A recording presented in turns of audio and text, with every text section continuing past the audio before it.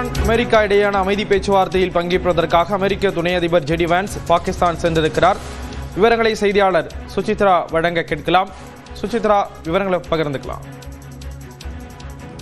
America Iran இடையேயான போர் நிறுத்தம் தொடர்பான பேச்சுவார்த்தைக்காக தற்பொழுது இஸ்லாமாபாத்திற்கு அமெரிக்காவுடைய துணை அதிபர் ஜெடி வான்ஸ் வந்திருந்துள்ளார்.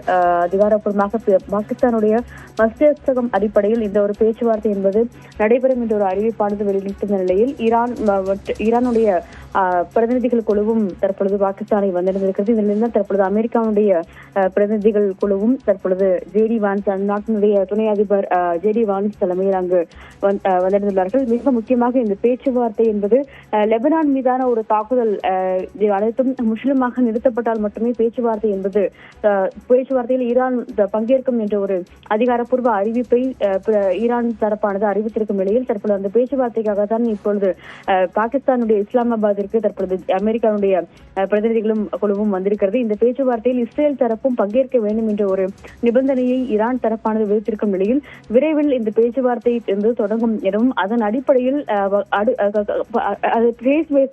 ஒரு அதாவது போர் நிறுத்தம் என்பது அறிவிக்கப்படும். மிக முக்கியமாக ஹோர்முஸ் நீரிணையை முழுமையாக திருப்பது தொடர்பான ஒரு அறிவிப்புகளையும் இந்த பேச்சுவார்த்தைக்கு பிறகு இரு நாடுகளும் அறிவிக்கும் என்றும் எதிர்பார்க்கப்படுகிறது. இருப்பினும் அமெரிக்காவுடைய நிபந்தனைகள் அனைத்தையுமே முழுமையாக செயல்படுத்த முடியாது என்ற ஒரு கட்டுப்பாட்டையும் ஈரான் தரப்பானது பாகிஸ்தான் தரப்பிடம் கூறியுள்ளதாகவும் அது தொடர்பான ஒரு பேச்சுவார்த்தையும் இன்றைய இந்த ஒரு அமைதி பேச்சுவார்த்தையில் அவர்கள் முடிவெடுப்பார்கள் என்றும் எதிர்பார்க்கப்படுகிறது.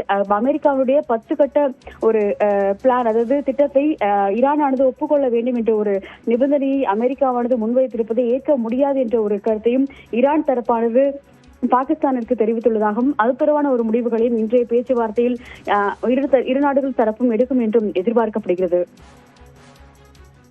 விவரங்களை வழங்கியதற்கு நன்றி சுசித்ரா.